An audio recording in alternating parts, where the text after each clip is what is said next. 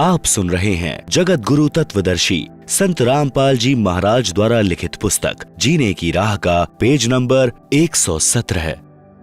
पाठक जनों, यह तो एक उदाहरण है। वास्तव में भक्त को परमात्मा पर पूर्ण विश्वास होना चाहिए कि परमात्मा जो चाहे सो कर सकता है। यदि कोई कहे कि परमात्मा यह नहीं कर सकता, वह नहीं कर सकता, तो उसको भक्ति अधिकार ही नहीं है। क्यों अपना समय भक्ति का नाटक करके व्यर्थ करे? परमात्मा पर पूर्ण विश्वास करके भक्ति राह पर चलेगा तो मंजिल पर पहुंचेगा। परमात्मा जो करता है अच्छा ही करता है। दीक्षा लेने के उपरांत भक्त के ऊपर भक्ति की राह में कितना ही कष्ट आए, मन में यही आए कि परमात्मा जो करता है भक्त के भले में ही करता है। आप सुन रहे हैं जगत गुरु तत्वदर्शी संत रामपाल जी महाराज द्वारा लिखित पुस्तक जीने की राह का पेज नंबर 118। एक कथा। एक राजा तथा महामंत्री गुरु के शिष्य थे।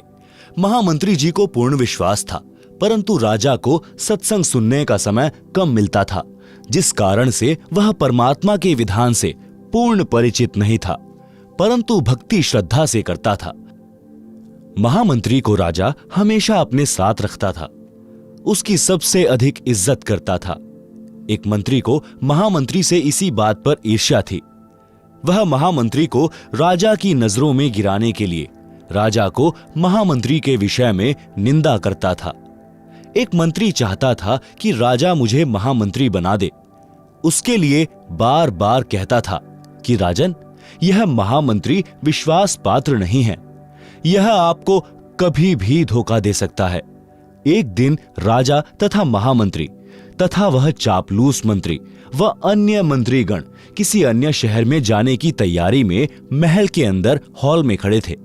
राजा अपनी तलवार को निकालकर उसकी धार यानी तीखापन चेक करने लगा और अन्य मंत्रियों से बातें भी कर रहा था, जिस कारण से राजा के हाथ की एक अंगुली कटकर गिर गई। चापलूस बोला कि हे राजा, यह क्या हो गया? हमारे राजा कितने सुंदर थे, आज हमारा दुर्भाग्य का दिन है। हाय, यह क्या हो गया? प्रजा का कौन सा भार अपने ऊपर ले लिया? महामंत्री बोला, अच्छा हुआ, परमात्मा जो करता है अच्छा ही करता है। राजा दर्द से व्याकुल था तथा ऊपर से ये शब्द सुने तो महामंत्री के प्रति गुस्सा आया और सैनिकों से कहा कि इसे जेल में डाल दो। ऐसा ही किया गया। चापलूस चुगलखोर को महामंत्री नियुक्त कर लिया। अंगुली का उपचार कराया। 6 महीने में अंगुली का घाव भरकर ठीक हो गया। कोई दर्द नहीं रहा। अब राजा के दाएं हाथ में 3 अंगुली और 1 अंगूठा बचा था। राजा अपने नए महामंत्री से अति प्रसन्न था, क्योंकि उसका दांव लग गया था। वह राजा से कहता था कि हे राजन, मैंने तो आप जी को बहुत बार कहा था कि यह आपको धोखा देगा। उस दिन आपने अपने कानों सुन लिया कि वह बोला अंगुली कट गई तो अच्छा हुआ। वह तो आप जी के मरने में खुश था, कभी आपको मरवा देता। राजा उस चापलूस की प्रत्येक बात को सत्य मानने लगा था। एक दिन राजा उस नए महामंत्री के साथ जंगल में शिकार खेलने गया। दोनों जंगल में गहरे चले गए। आगे कुछ भील लोग थे। उन्होंने उन दोनों को पकड़ लिया और अपने पुरोहित के पास ले गए। उस दिन जंगली लोगों का कोई त्योहार था। एक व्यक्ति को काटकर देवी की भेंट चढ़ाना था। उनके हाथ 2 लग गए। पुरोहित ने कहा कि 2 ले आए हो तो दोनों की ही बलि चढ़ा देते हैं, देवी और अधिक प्रसन्न होगी। परंतु पहले इनकी जांच करो कि कोई अंग भंग न हो, यानी काना कोतरा, हाथ या अंगुली कटी ना हो। जांच की तो पता चला कि एक व्यक्ति के हाथ की 1 अंगुली कटी है। पुरोहित ने कहा कि इसे छोड़ दो, दूसरा ठीक है तो इसकी गर्दन काट दो। उसी समय राजा को छोड़ दिया और चापलूस महामंत्री की गर्दन राजा के सामने ही काट दी और देवी को भेंट कर दी। राजा चल पड़ा और अपने महल में आया, सीधा जेल पर गया और महामंत्री को रिहा किया। राजा ने महामंत्री जी को सीने से लगाया और कहा कि जब मेरी हाथ की अंगुली कटी थी और आपने कहा था कि अच्छा हुआ, भगवान जो करता है अच्छा ही करता है, वह सही बात है। यदि उस दिन मेरी अंगुली नहीं कटी होती तो आज मेरी जान जाती। भगवान ने अच्छा किया। राजा ने फिर कहा कि मेरे लिए तो अच्छा हुआ, परंतु आपको 6 महीने जेल व्यर्थ में बिना दोष के काटनी पड़ी। आपके लिए क्या अच्छा हुआ? महामंत्री बोला कि आज मैं जेल में ना होता तो आपके साथ जाता। वहां मेरी गर्दन कटनी थी, मेरी मौत होनी थी। 6 महीने की कैद से मेरी जान बच गई। मेरे लिए यह अच्छा हुआ। इस प्रकार भक्त को परमात्मा पर विश्वास करके अपने जीवन के सफर पर चलना है। आप सुन रहे हैं जगत गुरु तत्वदर्शी संत रामपाल जी महाराज द्वारा लिखित पुस्तक जीने की राह का पेज नंबर 119। एक लेवा एक देवा दूतम, कोई किसी का पिता न पूतम। एक किसान के घर एक पुत्र उत्पन्न हुआ। पुत्र 8 वर्ष का हुआ तो पत्नी की मृत्यु हो गई। किसान के पास 16 एकड़ जमीन थी। कुछ वर्ष पश्चात किसान ने दूसरी शादी की। उस पत्नी से भी एक पुत्र उत्पन्न हुआ। कुछ वर्ष पश्चात उस पत्नी की भी मृत्यु हो गई। किसान का प्रथम पत्नी वाला पुत्र 16 वर्ष का हुआ। उसका विवाह कर दिया। किसान की भी मृत्यु हो गई। छोटा लड़का 10 से 12 वर्ष की आयु में रोगी हो गया। कुछ दिन उपचार कराया। फिर बड़े भाई यानी मौसी के बेटे ने तथा उसकी पत्नी ने विचार किया कि उपचार पर क्यों खर्च किया। यदि मर गया तो इसके हिस्से के 8 एकड़ जमीन अपने पास रह जाएगी। यह विचार करके पड़ोस के गांव से जो वैद्य उपचार के लिए आता था उससे कहा कि इस लड़के की औषधि में विष मिलाकर दे दो, हम आपको धन दे देंगे। 500 रुपए के लालच में वैद्य ने उस लड़के को औषधि में विष खिलाकर मार दिया। गांव वालों को बताया गया कि रोग के कारण मृत्यु हो गई। किसी को शंका नहीं हुई। बच्चे की मृत्यु रोग के कारण हुई मान ली। उस मौसी के बेटे की मृत्यु के 1 वर्ष पश्चात बड़े भाई को पुत्र प्राप्त हुआ। खुशी का ठिकाना नहीं रहा। बच्चे के जन्म की खुशी में जीमनवार यानी लंगर किया। पूरे गांव में मिठाई बांटी गई। उसके पश्चात कोई संतान नहीं हुई। इकलौते पुत्र को प्रेम से पाला। अच्छा घी दूध दही खिला पिलाकर हष्ट पुष्ट कर दिया। 16 वर्ष की आयु में विवाह कर दिया। उस समय बाल विवाह को गर्व की बात माना जाता था। वह लड़का रोगी हो गया। वैद्य पर वैद्य बुलाए, महंगे से महंगे औषधि खिलाई, परंतु व्यर्थ रहा। उस समय 1 महीने में 1,000 की औषधि खिलाई गई। हीरा तथा मोती भस्म भी औषधि में मिलाकर लड़के को खिलाया गया, जिस कारण से 8 एकड़ जमीन भी बेचनी पड़ी। परंतु रोग घटने की बजाय बढ़ता ही चला गया और अंतिम दिन आ गया। लड़के का पिता चिंतित अवस्था में पुत्र के पास बैठा था। उसी समय लड़का बोला, भाई साहब एक काम कर। पिता ने कहा कि बेटा मैं तेरा पिता हूं। लड़का बोला कि मैं तेरा वह भाई हूं जिसको आपने विष देकर मरवाया था। मैं ही अपना बदला लेने आपके पुत्र के रूप में जन्मा हूं। उस लड़के की माताजी भी वहीं विराजमान थी। लड़का बोला कि 8 एकड़ जमीन मेरे हिस्से की थी, वह मैंने वसूल कर ली है। अब केवल कफन तथा लकड़ियों का हिसाब शेष है, उसकी तैयारी करो। यह बात सुनकर पिता उर्फ भाई का मुख फटा का फटा रह गया। अपने किए पर दोनों यानी पति पत्नी ने पश्चाताप किया। परमात्मा का विधान अटल है। बड़े भाई ने पुत्र रूप में जन्मे छोटे भाई से प्रश्न किया कि हमने लालच में आकर जो पाप किया, हमें तो परमात्मा ने फल दे दिया। जिस उद्देश्य के लिए आपकी जान ली थी वह 8 एकड़ जमीन गई तथा अन्य संतान है नहीं। यह शेष जमीन कोई और ही लेगा। हमारा तो नाश हुआ सो हुआ, यह तो होना ही चाहिए था। परमात्मा ने न्याय किया।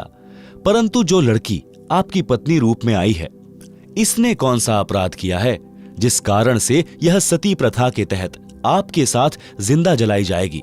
इसके साथ भगवान ने अन्याय किया है। छोटा भाई उर्फ पुत्र बोला कि मेरी मृत्यु के 2 वर्ष पश्चात वह वैद्य मर गया था जिसने मुझे 500 रुपए के लालच में विष देकर मारा था। यह पत्नी वही वैद्य डॉक्टर वाली आत्मा है। इसको वह फल मिलेगा, जिंदा जलाई जाएगी। उस समय सती प्रथा जोरों पर थी। पति की मृत्यु के पश्चात पत्नी को जिंदा उसी चिता में जलाया जाता। आप सुन रहे हैं जगत गुरु तत्वदर्शी संत रामपाल जी महाराज द्वारा लिखित पुस्तक जीने की राह का पेज नंबर 120। प्रिय पाठकों, विचार करो, परमात्मा की दृष्टि से कुछ नहीं छुपा है। जैसा करेगा वैसा भरना पड़ेगा। प्रत्येक परिवार इसी प्रकार संस्कार के कारण एक दूसरे से जुड़ा है। कोई पूर्व जन्म का कर्ज उतारने के लिए जन्मा है, कोई पूर्व जन्म का कर्ज लेने जन्मा है। उदाहरण के लिए, पिता ने लड़के को पढ़ाया, शादी से 2 दिन पहले दुर्घटनाग्रस्त होकर मर गया। वह अपना कर्ज पिता से लेने आया था। बेटा जवान हुआ, कार्य करके निर्वाह करने लगा। पिता रोगी हो गया, लाखों रुपए लगे, व्यर्थ रहे, मर गया। यह पिता पिछले जन्म का कर्ज लेने आया था, कुछ देने आया था। लड़की का विवाह किया, 2 वर्ष पश्चात लड़की मर गई। बहुत दहेज दिया था। वह दामाद पूर्व जन्म के ऋण के बदले में लड़की भी ले गया और धन भी। वर्तमान में जो किसी के साथ धोखा करके धन हड़प लेते हैं, वह धन अगले जन्म में दामाद बनकर वसूलेगा। परमात्मा का अटल विधान है, बुद्धिमान को संकेत ही पर्याप्त है। उपरोक्त केवल कथा नहीं है, यह हकीकत है। कोई यह कहता है कि यह तो डराने के लिए कथा बनाई, किसने देखा है क्या होगा। जैसे चोर को भद्र पुरुष समझाते हैं कि भाई चोरी मत किया कर, जब पकड़ा जाएगा तो पहले तो जनता पिटाई करेगी, फिर पुलिस पीटेगी और जेल में भी कष्ट उठाना पड़ेगा। यदि कोई कहे कि यह तो चोर को डराने के लिए कहा है, किसने देखा है कि आगे क्या होता है। विचार करें कि चोर को सच्चाई से अवगत करवाकर डराया है और सच्चाई भी है। यदि चोर सच्चाई से डरकर चोरी करना त्याग देगा तो उसकी भलाई है। यदि कहेगा कि किसने देखा है, आगे क्या होता है, उसके साथ वह सब गुजरेगी जो पहले बताई गई थी। इसी प्रकार जो उपरोक्त कथा को केवल समझाने डराने के लिए ही मानेगा तो दुर्भाग्य होगा। इसको इतनी ही सत्य समझना जैसे चोर को सतर्क किया है। लेखक ने यह कथा सन 1978 में एक पशुओं के डॉक्टर से सुनी थी, जो किसान के 2 पुत्रों वाली कथा ऊपर बताई है। वह इस कथा को अपने पास बैठने वाले को अवश्य सुनाता था, परंतु अमल कतई नहीं करता था। 10 रुपए की दवाई देकर 4 डिस्टिल्ड वाटर के इंजेक्शन लगाकर 200-300 रुपए वसूलता था। फिर शाम को मिलता तो अपने कारनामे भी बताता था कि यदि कम रुपए लूंगा तो भैंस वाला यह समझेगा कि अच्छी दवाई नहीं दी। भैंस को स्वस्थ तो 10 रुपए की दवाई से ही हो जाना था। विचार करें कि ऐसे व्यक्तियों की कथनी और करनी में अंतर है, तो उनके द्वारा सुनाई इन कथाओं का अन्य पर कैसे प्रभाव होगा। संत गरीबदास जी ने कहा है कि ये बातें कहन सुनन की नहीं है, कर पाड़ने की हैं, यानी इन पर अमल करना चाहिए। परमात्मा के विधान को समझकर निर्मल जीवन यापन करो, जीवन की राह को कांटों रहित बनाएं। आप सुन रहे हैं जगत गुरु तत्वदर्शी संत रामपाल जी महाराज द्वारा लिखित पुस्तक जीने की राह का पेज नंबर 121। एक लेवा एक देवादूतम। जिस समय श्री शिवजी ने अपनी पत्नी पार्वती जी को अमरनाथ स्थान पर एक सूखे वृक्ष के नीचे बैठकर नाम दीक्षा यानी अमर मंत्र दिया था, उस वृक्ष की खोगड़ यानी तने में बने बिल में मादा तोते ने अंडे उत्पन्न कर रखे थे। स्वस्थ अंडे तो शिवजी की हाथों से बजाई ताली से बच्चे बनकर उड़ गए। उनमें एक अंडा गंदा यानी अस्वस्थ था, उसका जीव उसके अंदर था।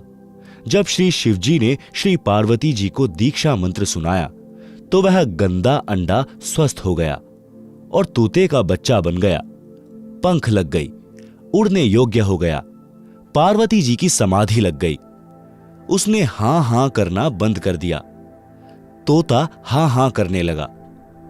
तो श्री शिवजी ने देखा कि पार्वती की तो समाधि लगी है, सुन बोल कुछ नहीं रही है, हां हां की आवाज किसकी है। देखा तो वृक्ष के तने के बिल यानी खोगड़ में तोता बोल रहा है।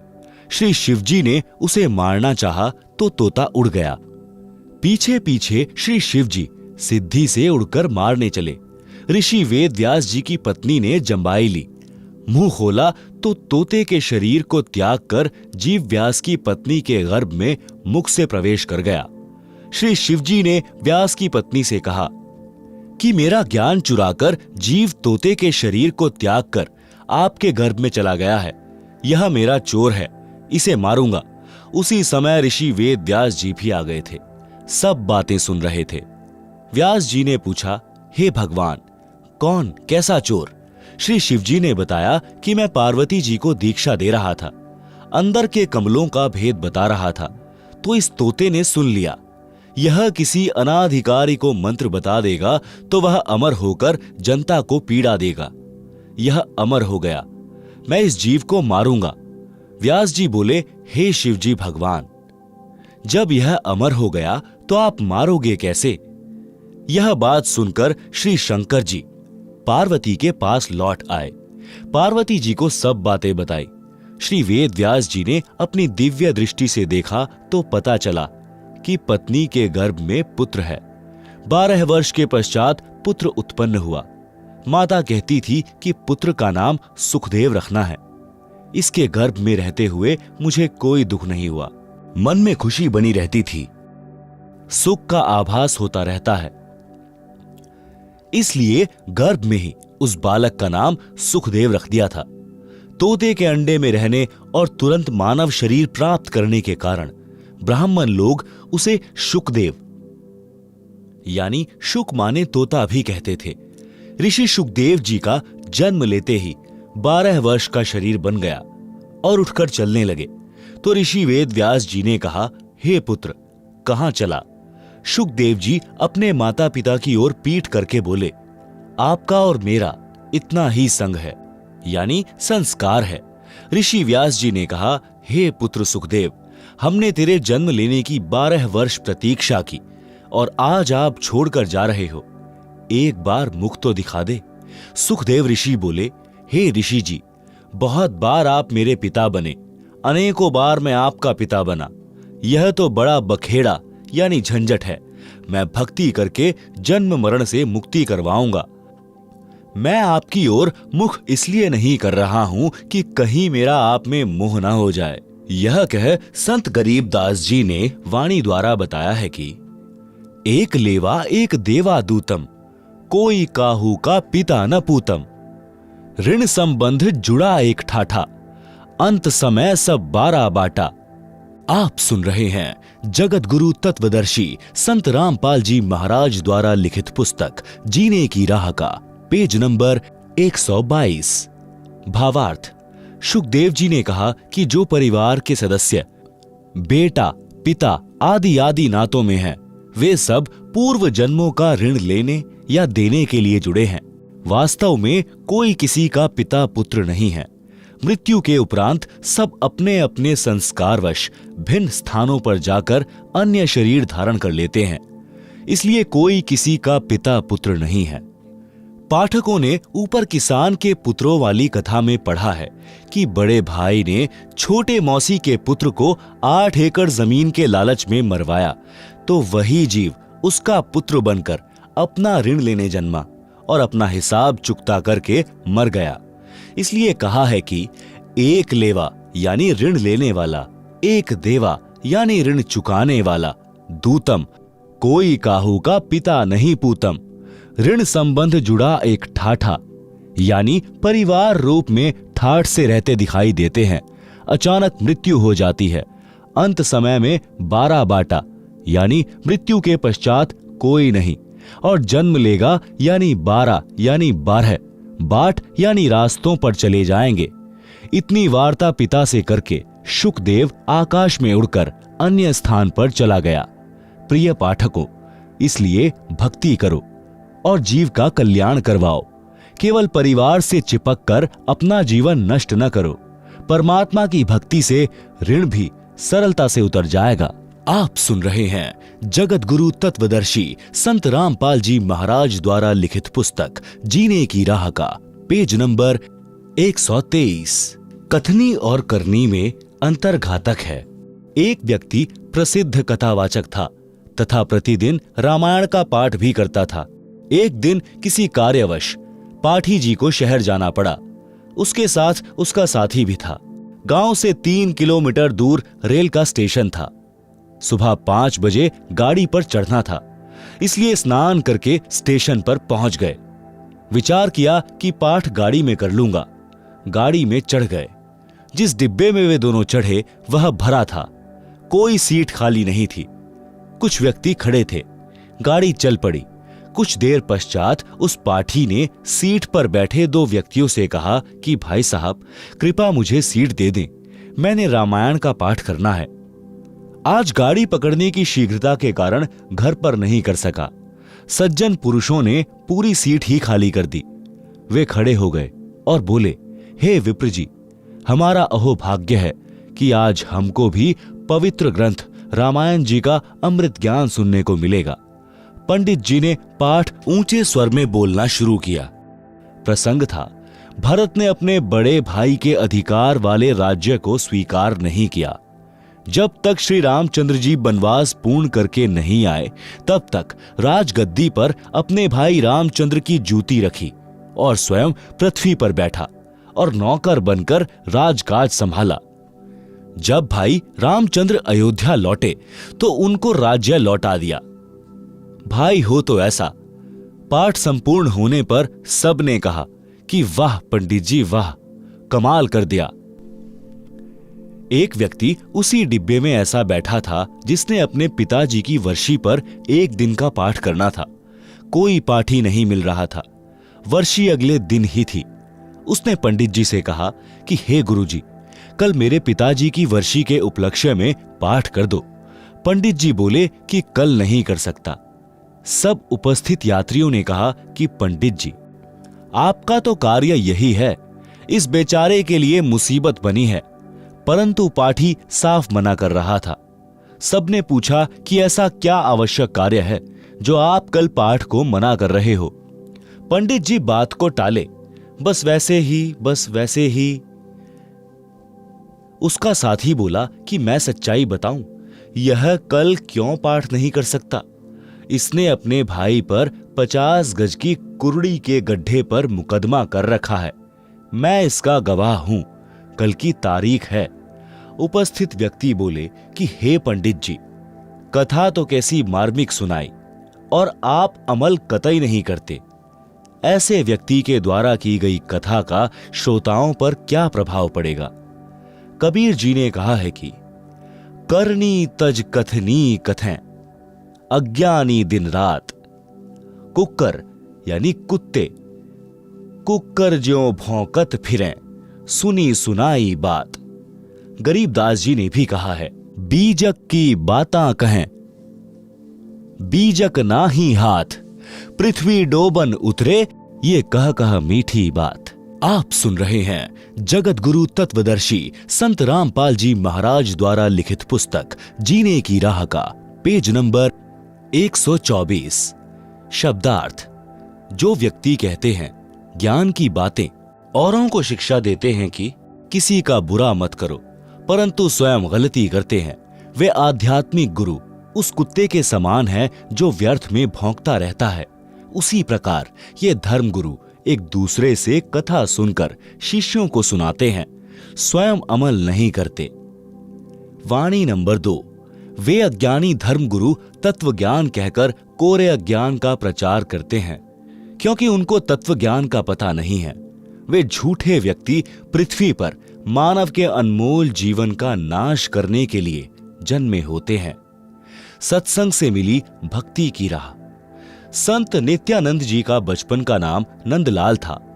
वे ब्राह्मण कुल में जन्मे थे। संत गरीबदास जी गांव छुड़ानी, जिला झज्जर के कुछ समय समकालीन थे। संत गरीबदास जी का जीवन सन 1717 से सन 1778 तक रहा था। उस समय ब्राह्मणों का विशेष सम्मान किया जाता था, सर्वोच्च जाति मानी जाती थी, जिस कारण से गर्व का होना स्वाभाविक था। नंदलाल जी के माता पिता का देहांत हो गया था। उस समय वे 7-8 वर्ष के थे। आप जी के नाना जी नारनौल के नवाब के कार्यालय में उच्च पद पर विराजमान थे। आप जी का पालन पोषण नाना नानी जी ने किया। शिक्षा के उपरांत नाना जी ने अपने दोहते नंदलाल को नारनौल में तहसीलदार लगवा दिया। एक तो जाति ब्राह्मण, दूसरे उस समय तहसीलदार का पद, जिस कारण से अहंकार का होना सामान्य बात है। तहसीलदार जी का विवाह भी नाना नानी ने कर दिया था। तहसीलदार जी के महल से थोड़ी दूरी पर एक वैष्णव संत श्री गुमानी दास जी अपने किसी भक्त के घर सत्संग कर रहे थे। वे श्री विष्णु जी के भक्त थे। सर्व संत जन अपने सत्संग में परमात्मा कबीर जी की अमृतवाणी का सहयोग अवश्य लेते थे।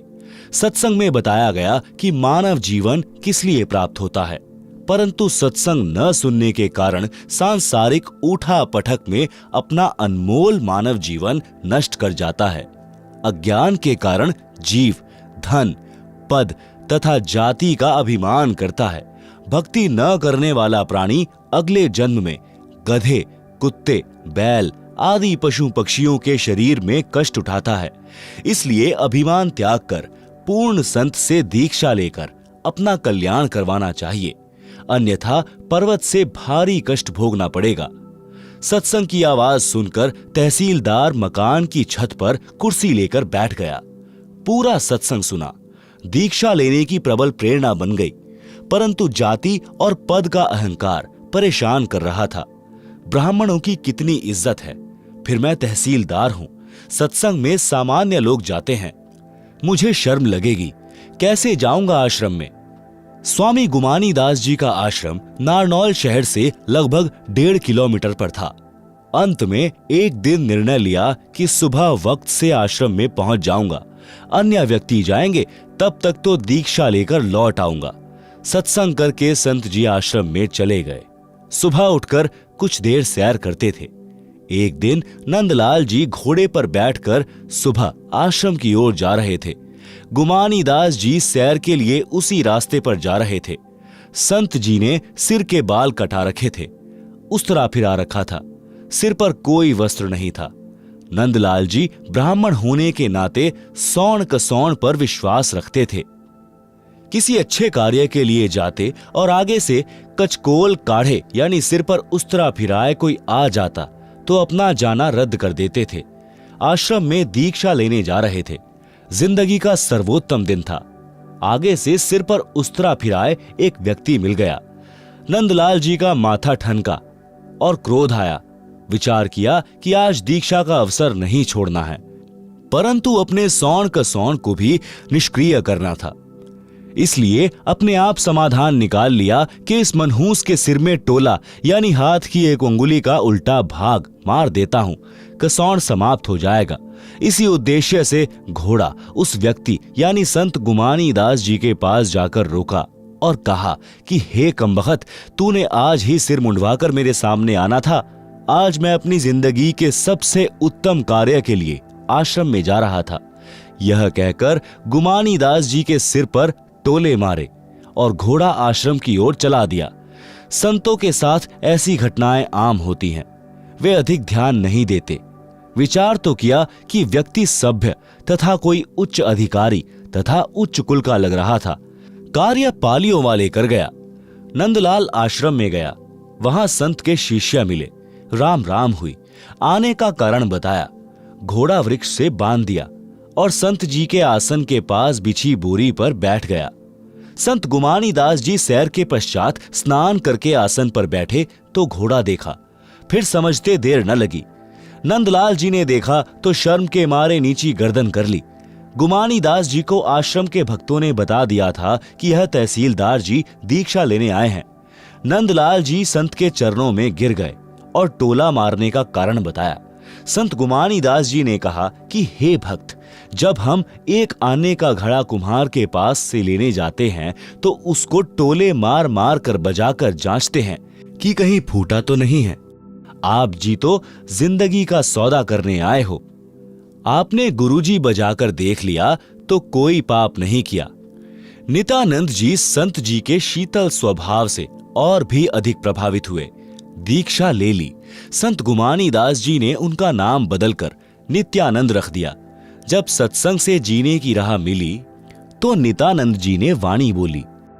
आप सुन रहे हैं जगत गुरु तत्वदर्शी संत रामपाल जी महाराज द्वारा लिखित पुस्तक जीने की राह का पेज नंबर 125। ब्राह्मण कुल में जन्मा था, मैं करता बहुत मरोड़, गुरु गुमानी दास ने दिया कुबुद्धि गढ़तोड़। फिर कितने आधीन हुए वह इस वाणी से पता चलता है। सिर सौंपा गुरुदेव को, सफल हुआ यह शीश, नित्यानंद इस शीश पर आप बसे जगदीश। भावार्थ, जब तक सत्संग के विचार सुनने को नहीं मिलते तो भूलवश मानव अहंकार में सड़ता रहता है। जब ज्ञान होता है कि आज राजा है, मृत्यु उपरांत गधा कुत्ता बनेगा, तो इस अहंकार का क्या बनेगा। इसलिए भक्त अपने उस अड़ंगे को ज्ञान से साफ करके भक्ति पथ पर चलते हैं और सफलता प्राप्त करते हैं। श्रीलंका के राजा रावण ने भक्ति बहुत की, परंतु अहंकार नहीं गया, जिस कारण से विनाश को प्राप्त हुआ। रावण भी ब्राह्मण था, नित्यानंद जी भी ब्राह्मण थे, सत्संग सुनकर निर्मल हो गए। रावण को सत्संग सुनने को नहीं मिला, जिस कारण से जीवन व्यर्थ गया और अमिट कलंक भी लग गया। नित्यानंद जी ने कहा कि मेरा जन्म ब्राह्मण कुल में होने के कारण, जाति अभिमान के कारण पूर्ण मरोड़ यानी अहंकार करता था। जब गुरुजी गुमानी दास जी के सत्संग वचन सुने तो जाति का अहंकार रूपी कुबुद्धि का गढ़ समाप्त हो गया, जीवन सफल हुआ। वाणी नंबर 2 का भावार्थ। सत्संग सुनकर नित्यानंद जी बहुत आधीनी करने लगे, अहंकार त्याग दिया। कहा कि मैंने अपने गुरुजी को अपना सिर दान कर दिया, यानी जैसे गुरुजी रखेंगे वैसे ही रहूंगा। मेरा सिर सफल हो गया, अन्यथा किसी रोग के कारण जीवन चला जाता। अब मेरे सिर पर परमात्मा का निवास है, मेरी रक्षा परमात्मा करता है, मुझे कोई चिंता नहीं। आप सुन रहे हैं जगत गुरु तत्वदर्शी संत रामपाल जी महाराज द्वारा लिखित पुस्तक जीने की राह का पेज नंबर 126। नित्यानंद जी का शब्द। और बात तेरे काम न आवे, संतो शरण लाग रे, क्या सोवे गफलत में बंदे, जाग जाग नर जाग रे। तन सराय में जीव मुसाफिर, करता रहे दिमाग रे, रात बसेरा कर ले डेरा, चले सवेरा त्याग रे। और बात तेरे काम न आवे, संतो शरण लाग रे। उम्दा चोला बनान मोला, लगे दाग पर दाग रे, 2 दिन का गुजरान जगत में, जले बिरानी आग रे। और बात तेरे काम न आवे, संतो शरण लाग रे।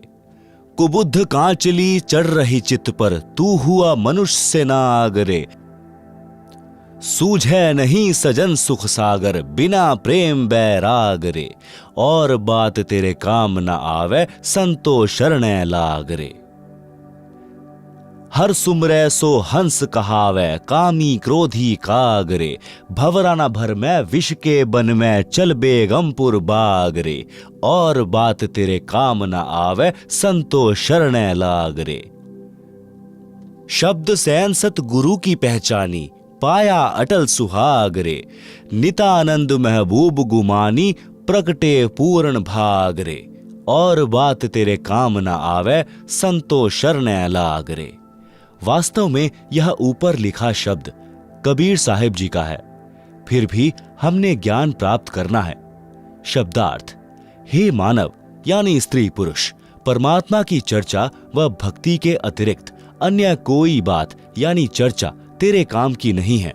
आपको तत्व ज्ञान नहीं है, इसलिए मोह ममता व अज्ञानता की नींद में सो रहा है, यानी परमात्मा को भूला है। जाग जाग यानी संभल जा और संतों से सत्संग सुनकर आत्म कल्याण करवा। यह मानव शरीर में जीव ऐसे हैं जैसे यात्री किसी होटल में कमरा किराए पर लेकर रात्रि व्यतीत करता है और सुबह त्याग कर अपने कार्य पर चला जाता है। इसी प्रकार इस शरीर रूपी होटल में जीव यात्री के समान है। जब मृत्यु का समय आएगा तब सवेरा हो जाएगा, यानी शरीर रूपी सराय यानी होटल को त्यागने का समय हो गया है। आप शरीर त्याग कर भक्ति न करके खाली हाथ जाओगे। आप सुन रहे हैं जगत गुरु तत्वदर्शी संत रामपाल जी महाराज द्वारा लिखित पुस्तक जीने की राह का पेज नंबर 127। मानव शरीर रूपी वस्त्र अनमोल है। तत्व ज्ञान के अभाव से भक्ति न करके, पाप पर पाप करके इस पर दाग लगा रहा है। इस संसार में जीवन अधिक नहीं है। अपने परिवार के पोषण में तथा धन संग्रह करने में जो परेशानी उठा रहा है, पाप करके धन जोड़ रहा है। मृत्यु के पश्चात परिवार तथा संपत्ति धन बेगानी हो जाएगी। इसे जोड़ने में किए पाप तुझे नरक में जलाएंगे। पाप करके दूसरे की बिरानी यानी आग में न जलकर मर। सत्संग सुने बिना पाप पुण्य तथा शिष्टाचार का ज्ञान नहीं होता। मानव शरारती बुद्धि का हो जाता है। मानवता को भूलकर अपनी शक्ति के द्वारा निर्बल को सताकर सर्प वाला कार्य कर रहा है, जो तेरे नाश का कारण बनता है। हे सज्जन पुरुष, यह ज्ञान है जो बिना प्रेम व सच्ची लगन से सत्संग सुने बिना नहीं होता। जो व्यक्ति भक्ति करता है तो उसे भक्त कहते हैं, यानी हंस पक्षी जैसा अहिंसावादी कहा जाता है। अर्थात भक्त किसी को कष्ट नहीं देता। हंस पक्षी भी सरोवर की मछली व कीड़े नहीं खाता, केवल मोती खाता है। काग पक्षी स्वार्थवश जीवित पशु पक्षी का मांस नोच नोच कर खाता है, कष्ट देता है। इसी प्रकार सत्संग न सुनने वाला व्यक्ति अध्यात्म ज्ञान के अभाव से स्वार्थवश अन्य से धन लूटता है, चोरी करता है या अन्य कष्ट देता है, जो पाप है। हे जीव रूपी भंवरा, विषय विकारों, काम, क्रोध, मोह, लोभ रूपी विष के वन न भटक। यह काल लोक तो कष्ट का घर है। उस बिना कष्ट वाले सतलोक में चल, वह सुखदायक बाग है। नित्यानंद जी ने कहा है कि मैंने अपने गुरु जी का सत्संग सुना और उनका संकेत समझ गया जो ऊपर बताया है। अपना जीवन धन्य कर लिया। मुझे मेरे प्यारे महबूब गुरु गुमानी दास जी मिले। यह मेरा कोई पूर्व जन्म का सौभाग्य था। शब्द तन मन शीश ईश अपने पे पहलम चोट चढ़ावे, जब कोई राम भक्त गति पावे। हो जी, जब कोई राम भक्त गति पावे। सतगुरु तिलक अजपा माला युक्त जटा रखावावे। जत गोपिन सत का चोला भीतर भेख बनावे। लोक लाज मर्याद जगत की तन ज्यो तोड़ बगावे। कामनी कनक जहर कर जाने शहर अगमपुर जावे। ज्यों प्रतिभ्रता पति से राती आन पुरुष ना भावे। बसे पिहर में प्रीत प्रीतम में न्यू कोई ध्यान लगावे। निंदा स्तुति मान बड़ाई मन से मार गिरावे। अष्ट सिद्धि की अटक न माने आगे कदम बढ़ावे। आशा नदी उल्ट कर डांटे आढ़ा बंध लगावे। भवजल खार समुद्र में बहुर न खोड़ मिलावे। गगन महल गोविंद गुमानी पलक माही पहुंचावे। नितानंद माटी का मंदिर नूर तेज हो जावे। आप सुन रहे हैं जगत गुरु तत्वदर्शी संत रामपाल जी महाराज द्वारा लिखित पुस्तक जीने की राह का पेज नंबर 128। शब्दार्थ। संत नित्यानंद जी ने भक्ति को सफल करने की विधि बताई है। कहा है कि गुरु जी से दीक्षा लेने के पश्चात परमेश्वर को पूर्ण रूप से समर्पित हो जाना चाहिए और तन मन धन अपने परमेश्वर को पहलम चोट चढ़ावे, यानी प्रारंभ से ही कुर्बानी का भाव बन जाए। तब भक्त की गति यानी मुक्ति होगी। वाणी नंबर 1। कुछ साधक बाहरी वेश बनाते हैं। वे मस्तिष्क पर तिलक लगाते हैं, माला से मंत्र जाप करते हैं, सिर पर बड़े बड़े बाल बढ़ाकर रखते हैं, कच्छे के स्थान पर केवल कोपीन यानी 4 इंच चौड़ा कपड़ा बांधते हैं तथा शरीर पर लंबा कुर्ता जो घुटने से भी नीचे तक लंबा होता है पहनते हैं। इस बाहरी दिखावे के स्थान पर अपने सद्गुरु को सम्मान दो, उसको मस्तक पर बैठाओ, यानी गुरु का भक्त बनकर प्रत्येक मर्यादा व आज्ञा का पालन करके जनता में उदाहरण बने कि भक्त हो तो ऐसा, जिससे गुरु जी की शिक्षा दीक्षा का परिणाम दूर से दिखाई दे, जैसे माथे पर तिलक दूर से दिखाई देता है, जो भक्त की पहचान है। भक्त की पहचान बाहरी आडंबर की बजाय क्रिया से करवाई जाए। शुभ कर्म करे, बुराइयों से बचे, श्वास के जाप की माला श्वास उश्वास से अजपा जाप करे, सिर पर बड़े बालों की जटा के स्थान पर सतगुरु द्वारा बताई भक्ति की युक्ति को दृढ़ता से अपनाए। गुप्तांग पर केवल कोपीन से संयम नहीं रहता, संयम रहता है जति भाव अपनाने से, वह अपनाए।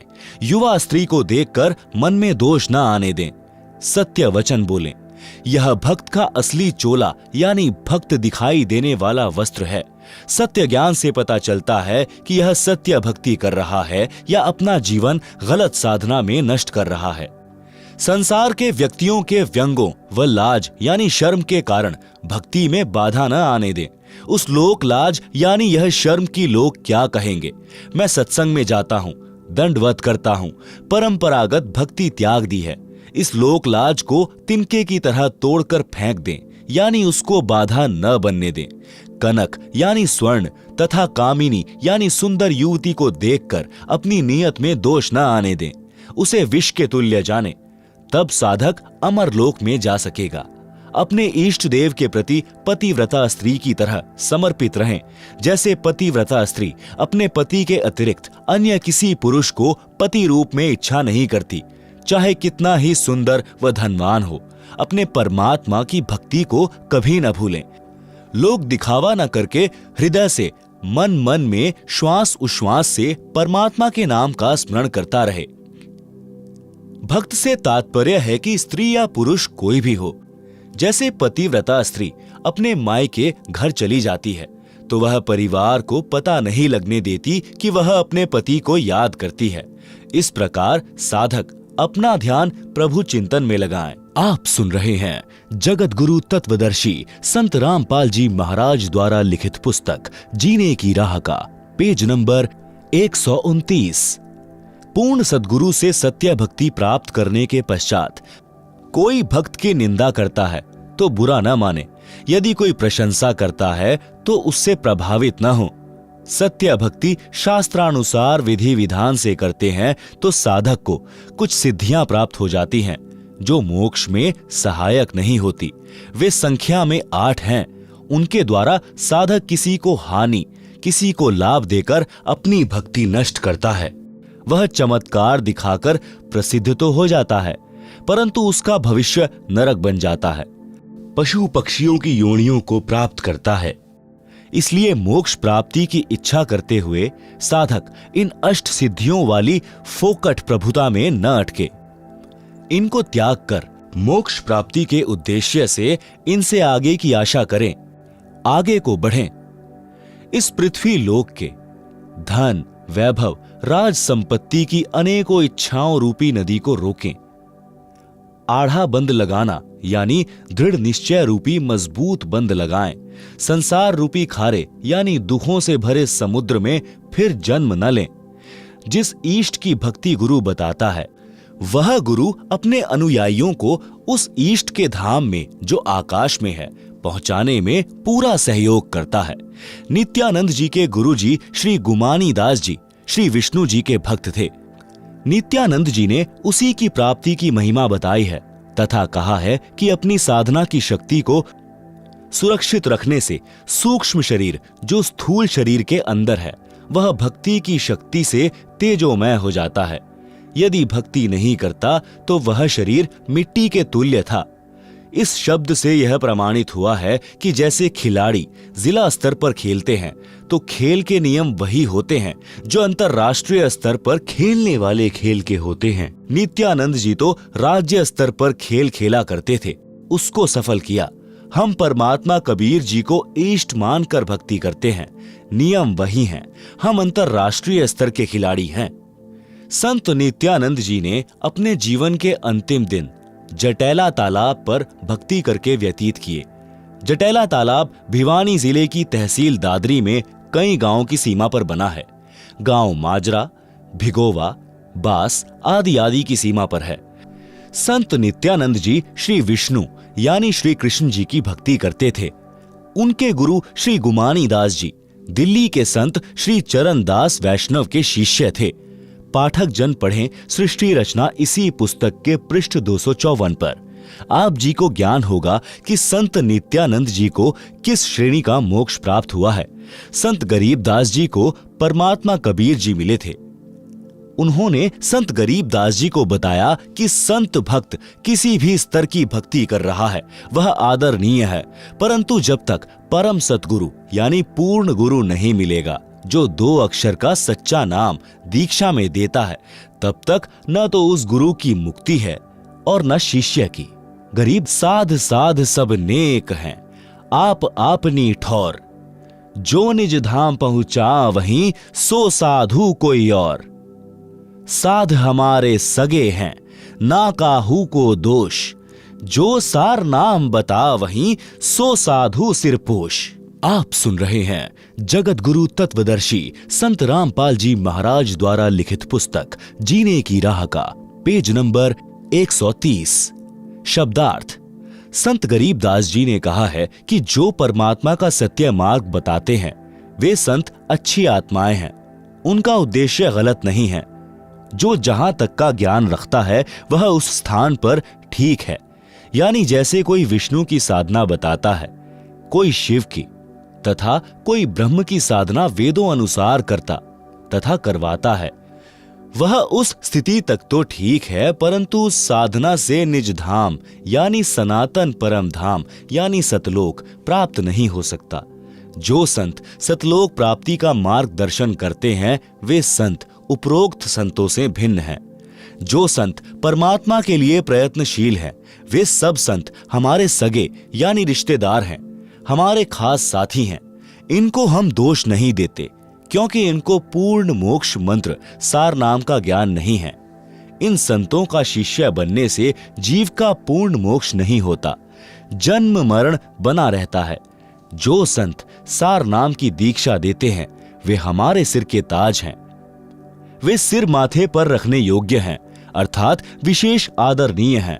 श्री विष्णु जी का स्वयं जन्म मरण रहता है तो उपासक को वह मोक्ष नहीं मिल सकता, जो गीता अध्याय 15 श्लोक 4 में कहा है कि तत्वदर्शी संत से तत्व ज्ञान प्राप्ति के पश्चात परमेश्वर के उस परम पद की खोज करनी चाहिए जहां जाने के पश्चात साधक फिर लौटकर संसार में कभी नहीं आता। केवल उस परमेश्वर की भक्ति करो जिसने संसार रूपी वृक्ष की रचना की है, संसार का विस्तार जिनसे हुआ है। हिंदू समाज के गुरुजन कहते हैं कि गीता का ज्ञान श्री कृष्ण जी ने अर्जुन को सुनाया। श्री कृष्ण जी श्री विष्णु जी का अवतार यानी स्वयं विष्णु जी माने जाते हैं। श्रीमद् भगवत गीता के अध्याय 4 श्लोक 5 में गीता बोलने वाले ने कहा कि हे अर्जुन, तेरे और मेरे बहुत जन्म हो चुके हैं, तू नहीं जानता, मैं जानता हूं।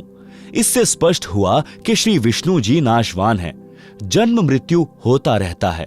श्री देवी पुराण के 3 स्कंद में स्वयं विष्णु जी ने कहा कि मैं यानी विष्णु, ब्रह्मा तथा शंकर जन्मते मरते हैं, हमारा तो आविर्भाव यानी जन्म तथा तिरोभाव यानी मृत्यु हुआ करता है। इससे भी स्पष्ट है कि श्री विष्णु जी अविनाशी नहीं हैं। गीता अध्याय 2 श्लोक 17, गीता अध्याय 15 श्लोक 17 में भी अविनाशी परमात्मा तो गीता ज्ञान दाता से भी अन्य कहा है। फिर गीता अध्याय 18 श्लोक 62 में गीता ज्ञान दाता ने कहा कि हे भारत, सर्वभाव से तू उस परमेश्वर की शरण में जा, उस परमेश्वर की कृपा से ही तू परम शांति को तथा सनातन परम धाम को प्राप्त होगा। इन प्रमाणों से सहज में पता चलता है कि श्री नित्यानंद जी को गीता में वर्णित पूर्ण मोक्ष प्राप्त नहीं हुआ। कबीर जी ने कहा है कि जो जाकी शरणा बसे ताको ताकी इलाज, जल सौ ही मछली चढ़े बह जाते गजराज। आप सुन रहे हैं जगत गुरु तत्वदर्शी संत रामपाल जी महाराज द्वारा लिखित पुस्तक जीने की राह का पेज नंबर 131। भावार्थ। जो भक्त जिस भी देवी देव की भक्ति करता है वह इष्ट अपने भक्त को राहत अवश्य देता है, जो सामान्य व्यक्ति के लिए अनहोनी के समान होती है। उदाहरण के लिए यदि किसी व्यक्ति ने थानेदार की सेवा कर रखी है यानी मित्रता कर रखी है, तो थानेदार अपने मित्र को थाने में आने पर कुर्सी पर बैठाता है, चाय भोजन खिलाता पिलाता है, जो सामान्य व्यक्ति के लिए संभव नहीं है। यह सामान्य व्यक्ति के लिए अनहोनी से कम नहीं है। यदि किसी ने पुलिस अधीक्षक यानी एसपी से पहचान बना रखी है तो उसको और अधिक लाभ होता है। इसी प्रकार हम ऊपर चलें तो प्रांत में यदि मुख्यमंत्री जी से पहचान है तो उसको जो लाभ होगा वह नीचे वालों की तुलना में अनहोनी होगी। इसी प्रकार यदि देश के प्रधानमंत्री जी से मेल हो जाए तो लाभ का वार पार नहीं।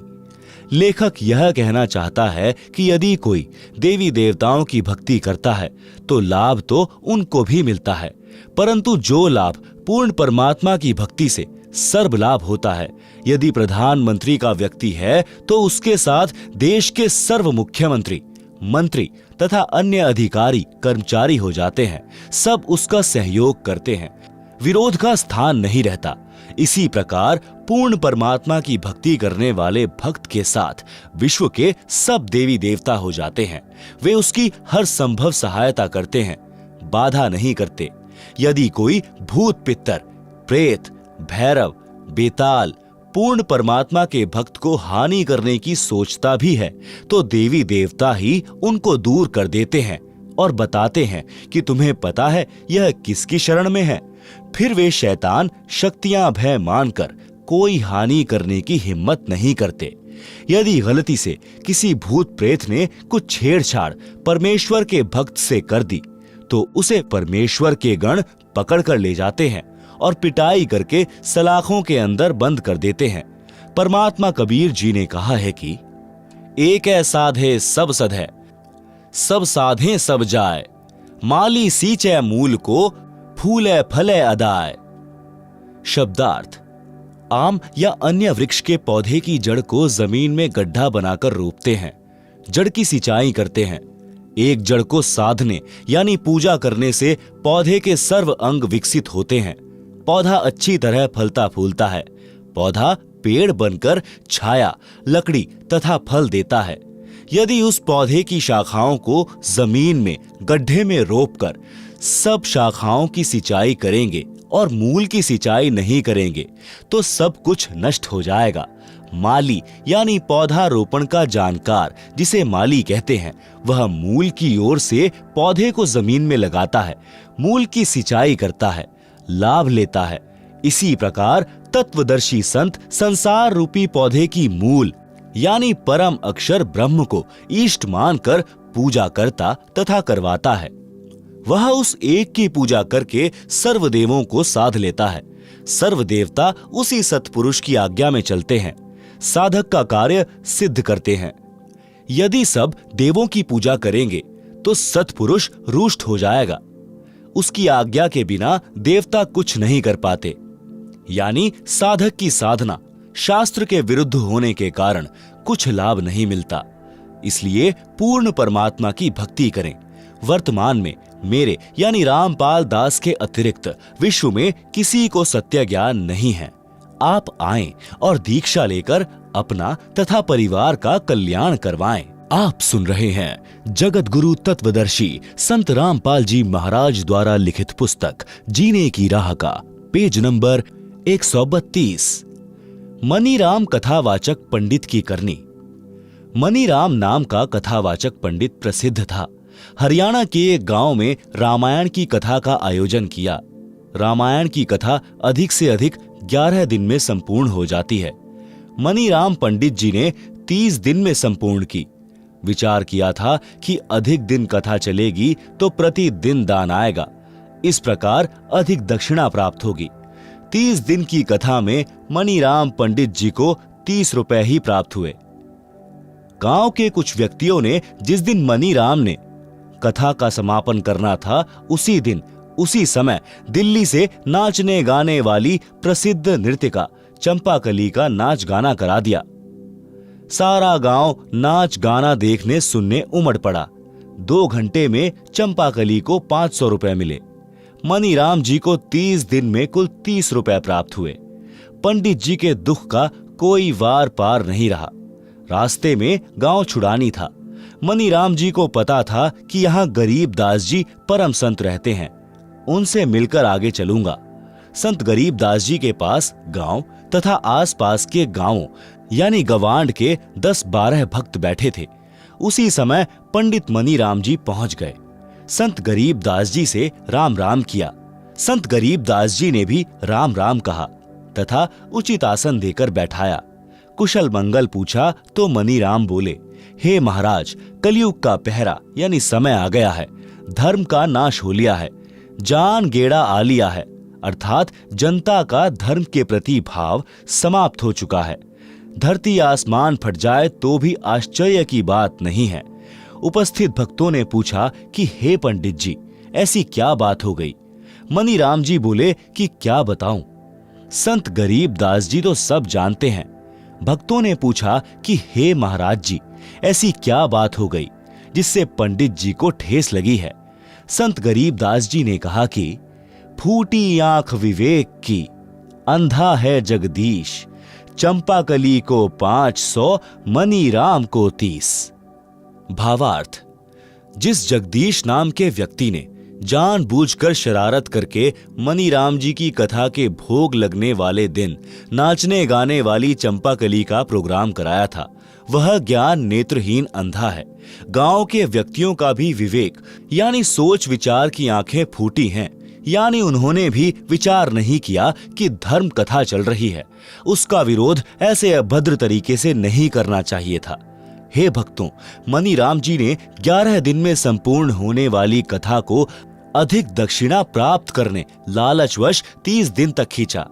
गांव के कुछ शरारती व्यक्ति भी मनीराम जी के उद्देश्य से परिचित थे, जिस कारण से उन्होंने पंडित जी को सबक सिखाने के लिए नृत्यका को बुलाकर महापाप किया है।